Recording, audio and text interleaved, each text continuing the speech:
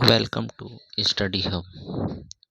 Previous class में हम लोग पढ़ चुके थे किसके बारे में, तो ड्राइंग बोर्ड के बारे में और उसके कुछ इक्विपमेंट्स के बारे में, जैसे टी स्क्वायर हो गया था, सेट स्क्वायर था, किलोग्राफ था, इन सभी बुक कंपास हो गया, बड़ी कंपास किसको कहते हैं, इन सभी के बारे में आज हम लोग पढ़ेंगे। और ड्राइंग इक्विपमेंट इसमें एक आ गया आपका। सबसे पहले चलिए हम लोग क्लास की शुरुआत करते हैं।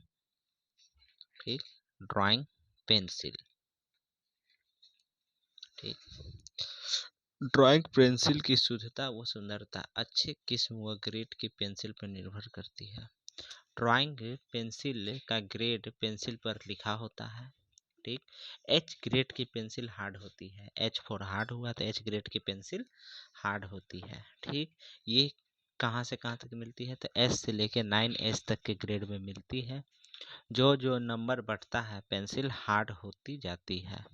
ठीक, बी ग्रेड की पेंसिल नरम होती है। ये बी से 7B तक मिलती है। जैसे जैसे बी नंबर बढ़ते जाएगा वैसे वैसे पेंसिल और सॉफ्ट होते जाएगी। हार्ड ग्रेड में क्या होता है, जैसे जैसे इसका नंबरिंग बढ़ते जाता है, जैसे 1 2 3 4 5 6 7 8 9, वैसे वैसे ये हार्ड होते जाता है। लेकिन बी ग्रेड में क्या होता है, जस्ट उल्टा होता है। जैसे जैसे नंबरिंग बढ़ते जाता है वैसे वैसे ये क्या होते जाती है, सॉफ्ट होते जाती है। इसके लेड की मोटाई भी बढ़ जाती है और साथ ही क्या होता है, इसका लेड का मोटाई भी बढ़ते जाता है। एक चीज़ याद रखिए, बी ग्रेड पेंसिल की एक और खासियत, जैसे जैसे नंबरिंग बढ़ेगा वैसे वैसे इसकी लेड की मोटाई भी बढ़ जाती है। देखिए एफ तथा एच बी के मध्य पेंसिल होती है ये। ठीक, ये किसके मध्य होती है, तो एफ तथा एच बी के मध्य पेंसिल होती है। एफ एच बी व बी ग्रेड की पेंसिल का अक्षरांक व एरो हेड एच से 3S तक के पेंसिल का प्रयोग जो होता है रिकॉर्ड कार्यों में। देखिए एफ एच बी और बी ग्रेड की पेंसिल का प्रयोग हम लोग कहाँ पर करते हैं, तो अक्षरांश एरो हेड में करते हैं। एरो हेड देने के लिए, लिखने के लिए, ठीक, इन सब के लिए हम लोग प्रयोग करते हैं। लेकिन H से 3H का जो पेंसिल है वो किस लिए, तो रिकॉर्ड कार्य में किया जाता है। रिकॉर्ड कार्यों में किया जाता है, किसी रिकॉर्ड करने में। ठीक, 4H से 9S तक की पेंसिल का प्रयोग कहाँ करते हैं, तो बारीक व हल्की लाइन। 4H से 9S तक की पेंसिल का प्रयोग किस लिए किया जाता है, बारीक और हल्की लाइन के लिए। 2B से 7B तक की पेंसिल का प्रयोग किस लिए होता है, तो यह है कलात्मक कार्यों के लिए, जैसे ड्राइंग वगैरह कलात्मक हाथ से बनाने के लिए 2B से 7B तक की पेंसिल का प्रयोग करते हैं। पेंसिल का सिक्का ग्रेफाइट वो किसका बना हुआ रहता है, तो कायोलाइन से मिलकर बनता है। ग्रेफाइट तो रहता ही है पेंसिल के सिक्के पर, लेकिन साथ में क्या उसमें ग्रेफाइट तो मिला रहता ही है और साथ में उसमें क्या मिला हुआ रहता है, तो केलोलाइन मिलकर बनता है। ठीक, सिक्के में जितना केलोलाइन की मात्रा अधिक होती है पेंसिल उतनी ही हार्ड हो जाएगी। याद रखिए, जितना केलोलाइन की मात्रा अधिक होगा उतना पेंसिल हार्ड होते जाता है।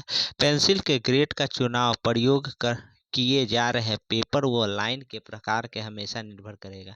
किस प्रकार का हम पेपर प्रयोग कर रहे हैं और उस किस प्रकार का लाइन हमको खींचना है उसके ऊपर निर्भर करता है। लेटरिंग यानी लेटर लिखने के लिए H या 2H ग्रेड की पेंसिल का हम लोग प्रयोग करते हैं। लेटर लिखने के लिए किसका, तो H या 2H ग्रेड की पेंसिल का। और बारीक लाइन या हल्की लाइन खींचने के लिए हम लोग हार्ड पेंसिल का हमेशा प्रयोग करते हैं। बारीक लाइन और क्या कहते हैं, हल्की लाइन खींचने के लिए हम लोग किस पेंसिल का प्रयोग करते हैं, तो हार्ड पेंसिल का प्रयोग करते हैं। गर्मी के मौसम में ताप बढ़ने से पेंसिल का सिक्का नरम पड़ जाता है। गर्मी के मौसम में क्या होता है, तो उसका जो लेड होता है यानी उसका जो नीडल पॉइंट होता है, ग्रेफाइट और केओलाइन से जो बना हुआ पार्ट होता है, वो गर्मी से क्या होता है, नरम हो जाता है। अतः कुछ हार्ड पेंसिल का प्रयोग करना चाहिए। तो गर्मियों के मौसम में कुछ अधिक हार्ड पेंसिल का प्रयोग करते हैं हम लोग। वर्षा ऋतु में कठोर व नरम पेपर हो जाता है क्योंकि वातावरण की नमी अधिक होती है। ठीक, इसलिए अपेक्षाकृत नर्म पेंसिल का हमें प्रयोग करना चाहिए। वर्षा के मौसम में नर्म पेंसिल का प्रयोग। एच ग्रेड, अब देखिए यहाँ पर एच ग्रेड की पेंसिल मीडियम हार्ड होती है। एच बी ग्रेड की मीडियम सॉफ्ट तथा 2H ग्रेड की पेंसिल हार्ड ग्रेड में आती है। 2H कहेगा तो हार्ड ग्रेड में, एच बी कहेगा तो मीडियम सॉफ्ट में, और एच ग्रेड जो है ये मीडियम हार्ड होती है। ठीक। कंस्ट्रक्शन लाइन व लेटरिंग आउटलाइन खींचने के लिए लेटर का जो आउटलाइन खींचाता है या कंस्ट्रक्शन लाइन होता है वो एच ग्रेड की पेंसिल का हम लोग प्रयोग करते हैं। और आगे देखते हैं हम लोग, आजकल जो है मैकेनिकल पेंसिल का प्रयोग काफ़ी होने लगा है, इसे क्लच पेंसिल भी कहते हैं। इसमें 0.3, 0.5, 0.7 तथा 0.9 मिमी मोटे लेड होते हैं। कितने मोटे लेड होते हैं? तो 0.3, 0.5, 0.7, 0.9 मिमी, यानी जितना मोटा लेड का इस्तेमाल करना है वो हम लोग कर सकते हैं। ठीक, ये सब क्या, तो मैकेनिकल पेंसिल होता है जिसको क्लच पेंसिल कहा गया है। अब हम लोग पढ़ेंगे पेंसिल को तराशने की विधियाँ। पेंसिल को तराशने की दो विधि होती है, एक होती है कॉनिकल पॉइंट विधि, दूसरा होता है चीजल एज विधि। ये ऊपर में देखिए, ये चीजल एज विधि हो गया पहला, और ये नीचे वाला जो फिगर दिया हुआ है ये हो गया क्या, तो कॉनिकल पॉइंट। अब हम लोग पढ़ते हैं इरेजिंग शील्ड। इसका प्रयोग फालतू लाइनों को मिटाने के लिए किया जाता है। यह स्टील की पत्ती होती है जिस पर विभिन्न आकृति के खांचे कटे होते हैं।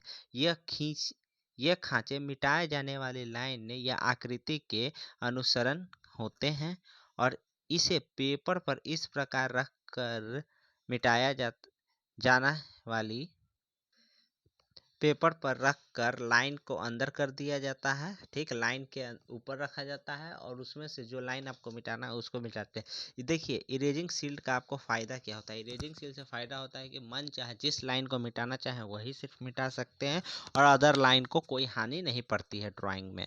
अब हम लोग आते हैं स्केल के बारे में। देखिए, दो बिंदुओं के बीच की दूरी को मापने या अंकित करने के लिए पैमाने का जिस प्रयोग करते हैं उसको स्केल कहते हैं, पैमाना या स्केल।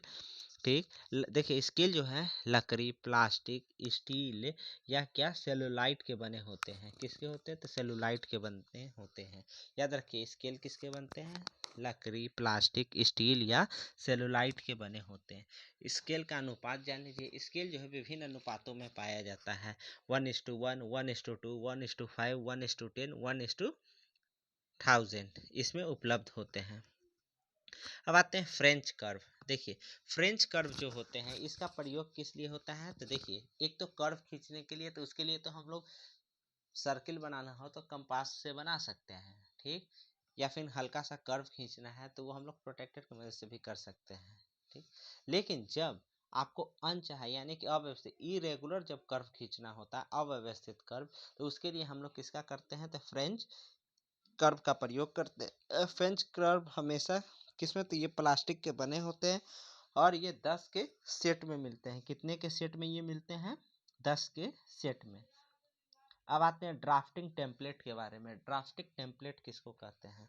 देखिए, विभिन्न आकृति के वृत्त, आयत, वर्ग आदि छोटे छोटे जो वृत्त, आकृति, आयत, ये सभी स्केल में भी आप लोग देखते होंगे, लेते होंगे प्लास्टिक का, उसमें बहुत सारे क्या रहते हैं? वृत्त, आकृति, आयत, रहते बहुभुज हुए, ये सब बने हुए रहते हैं। ठीक, कटिंग बनी हुई रहती है, तो उसी को हम लोग क्या कहते हैं? तो ड्राफ्टिंग टेम्पलेट के नाम से जानते हैं। Drawing sheet.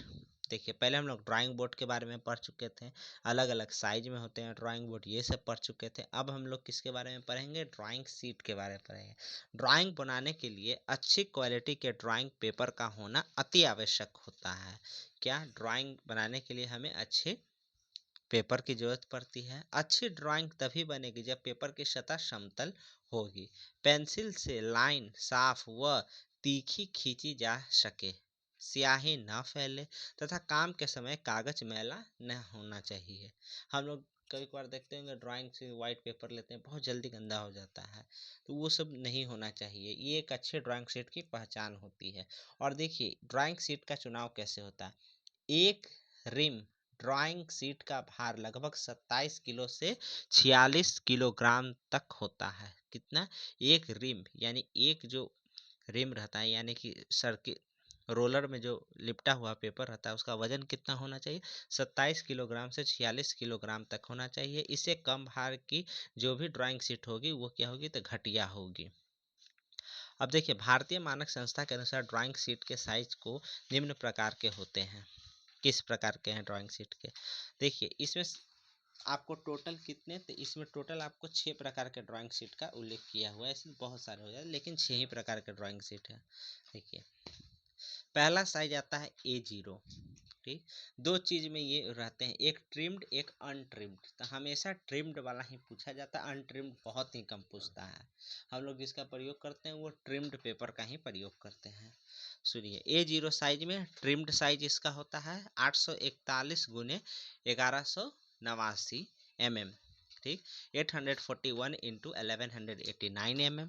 दूसरा हो गया A1 साइज, ये होता है 594 इंटू 841 mm। याद रखिए इसका जो शुरुआती है 841, A0 का जो शुरुआती 841 से होता है, ठीक, वही क्या होगा A1 का लास्ट हो जाएगा। उसी प्रकार से A2 का लास्ट क्या होगा 594 हो जाता है। ठीक, अब देखिए A2 साइज के बारे में, तो 420 इंटू 594 594 हो गया। A3 का कहेगा 297 इंटू 420। A4 का 210 इंटू 297। A5 148 into 210। इस साइज में ये मिलते हैं। इसका स्क्रीनशॉट ले लीजिएगा आप लोग को ज़रूरत हो तो।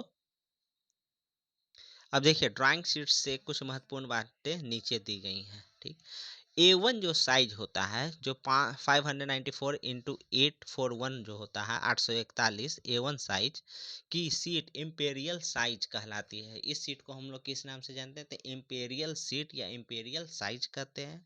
ठीक, ट्रेनिंग के लिए हम लोग किसका प्रयोग करते हैं, तो 420 गुने 594 यानी A2 साइज की सीट का प्रयोग करते हैं। देखिए A1 को इम्पेरियल कहा गया, तो इसको हम लोग क्या कहेंगे A2 को, तो हाफ इम्पेरियल या आधी इम्पेरियल सीट का प्रयोग करते हैं। सबसे बड़ी सीट जो होती है तो वो कितनी होती है, तो A0 सीट होता है। सबसे बड़ी सीट कहेगा तो A0 होता है।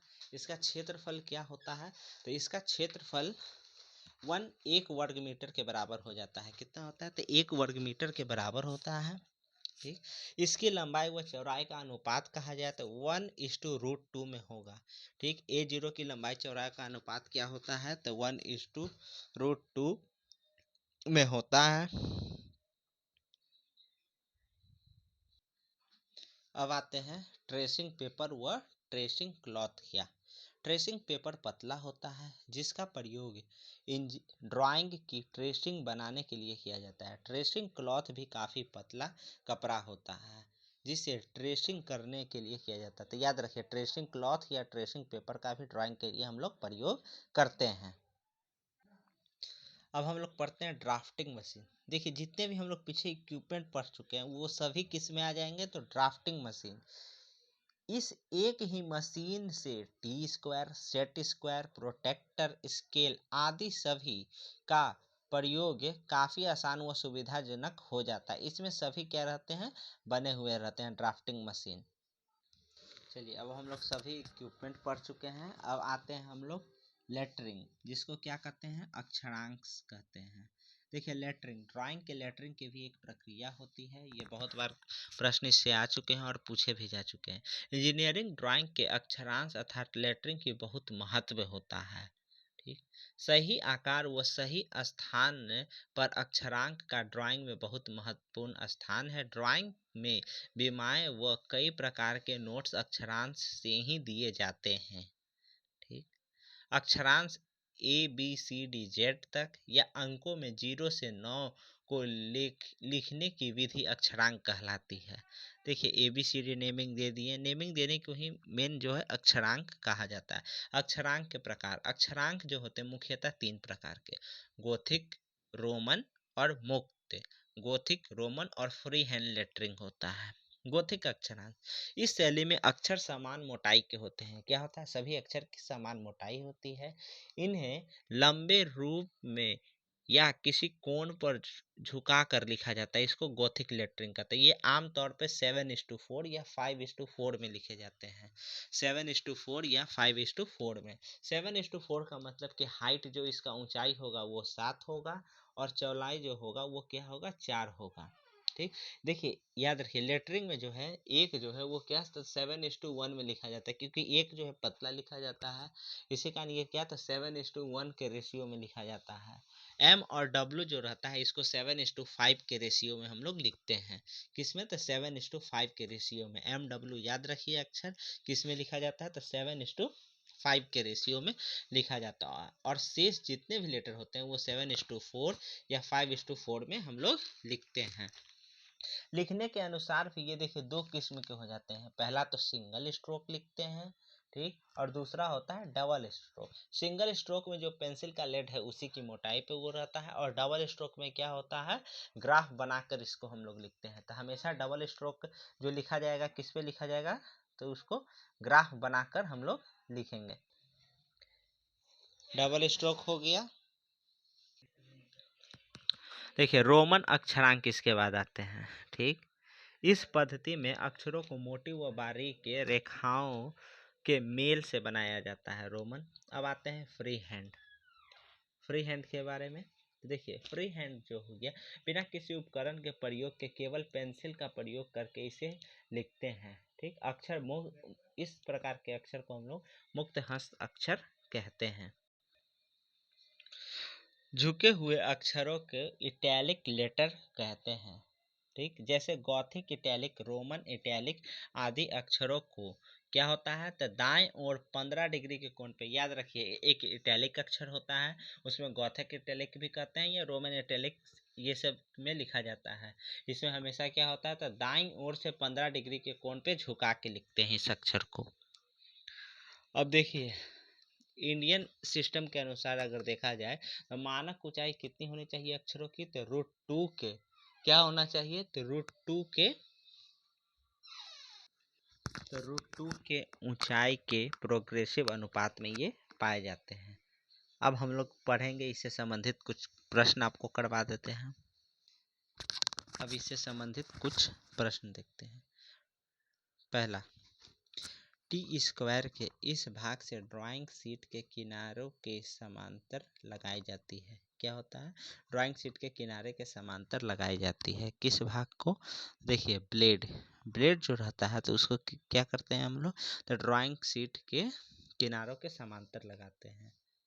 अब देखिए सेट स्क्वायर के एक सेट में इनकी संख्या होती है, तो सेट स्क्वायर के एक सेट में 2 संख्या में होती है, हम लोग जानते हैं।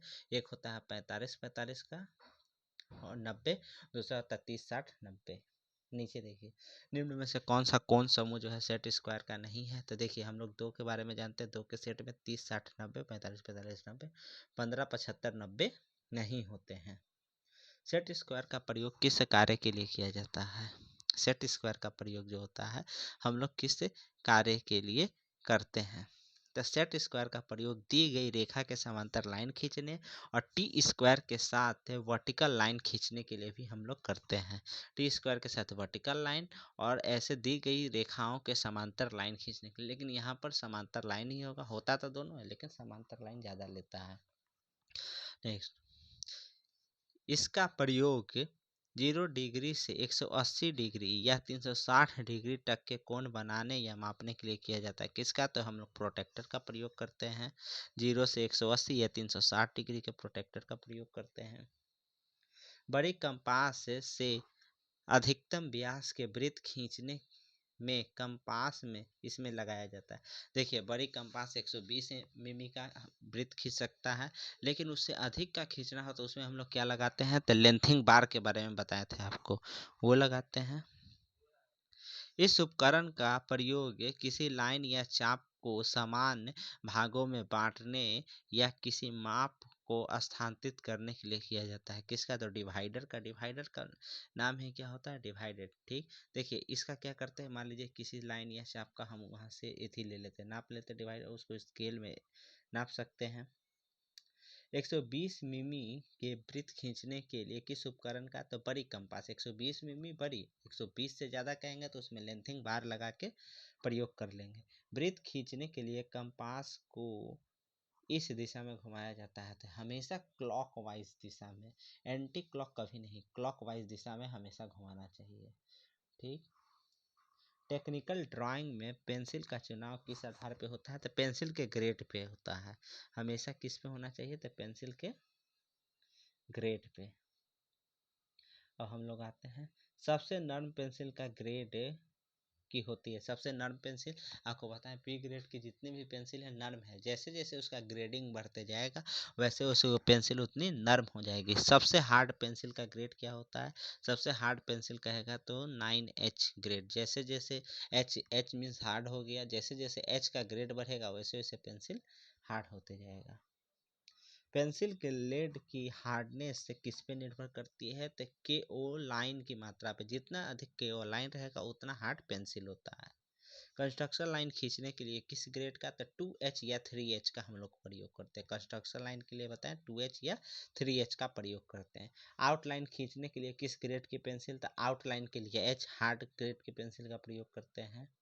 इनका उपयोग अव्यवस्थित वक्र बनाने के लिए करते हैं। अव्यवस्थित वक्र यानी इरेगुलर कर्व बनाने के लिए किसका? तो फ्रेंच कर्व का प्रयोग करते थे। इस उपकरण का उपयोग निर्धारित लंबाई तक रेखाओं को मिटाने के लिए। निर्धारित लंबाई यानी मान लीजिए कोई ड्राइंग बनाए, हमको माने कि इतना ही हमको मिटाना है। कभी कभी ऐसे मिटाइएगा फ्री हैंड से तो गलती हो जाएगा, तो उसके लिए क्या इरेजिंग शील्ड का प्रयोग करते हैं। A0 साइज की ड्राइंग शीट का क्षेत्रफल कितना होता है? तो 1 वर्ग मीटर होता है। इंपीरियल साइज की ड्राइंग शीट का माप, तो यहाँ पर देखिए इंपीरियल कहेगा तो इंपीरियल साइज की ड्राइंग शीट का माप कितना हो जाता है? तो ये होता है 594 गुने 841। यही हाफ इंपीरियल कहता तो क्या होता? तो 420 गुने 594 A2 साइज हो जाता। इंपीरियल साइज A1 होता है और 297 गुने 420 कहेगा A3 हो गया, और A0 कितना 841 गुने 1189 होता है। ड्राइंग शीट की लंबाई व चौड़ाई का अनुपात, तो लंबाई चौड़ाई का अनुपात कहेगा तो कितना होता है? 1:√2। कितना हो जाता है? 1:√2। सबसे छोटे आकार की ड्राइंग शीट भी यहाँ लिख दिया है। की कहेगा तो A5 हो जाएगा। ठीक, A5 क्या होता है? तो सबसे छोटे आकार की ड्राइंग शीट है। देखिए, झुके हुए अक्षरों को क्या कहते हैं? अभी बताएं।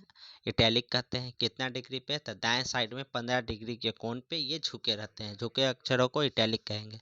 अक्षरांकन की इस पद्धति में अक्षरों के लाइन थिकनेस समान होते हैं। किस पद्धति में लाइन और थिकनेस समान होंगे? तो ये होंगे आपको गोथिक में। पढ़े थे गोथिक के बारे में। ठीक, इस पद्धति में अक्षर मोटी व बारीक रेखाओं के मेल से बनते हैं। रोमन में क्या होता है? बारीक और क्या बनते हैं? मोटी व बारीक रेखाओं के मेल से बनते हैं।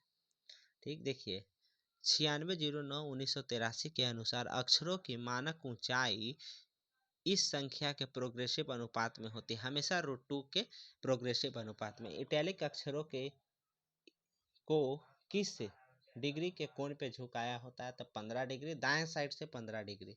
लेटरिंग ए में लाइन थिकनेस का मान होता है, तो देखिए बीच में लेटरिंग भी आया होगा तो फिगर होगा उसमें पढ़ लीजिएगा। ठीक, H/14 में होता है। लेटरिंग ए का थिकनेस कितना होता है? H/14। लेटरिंग बी में लाइन थिकनेस डी का मान कितना होता है? तो H/10 हो जाता है। चलिए आज के लिए बस इतना ही। नेक्स्ट में हम लोग पढ़ेंगे क्या? लाइंस के बारे में पढ़ेंगे। लाइन, ज्योमेट्रिकल कंस्ट्रक्शन और फ्री हैंड स्केचिंग पढ़ेंगे हम लोग, कि लाइन कितने प्रकार के होते हैं, किस लाइन का कहाँ प्रयोग होता है, लाइन कैसा होता है, ये सब हम लोग पढ़ेंगे नेक्स्ट क्लास में। ठीक है, तब तक के लिए इतना ही।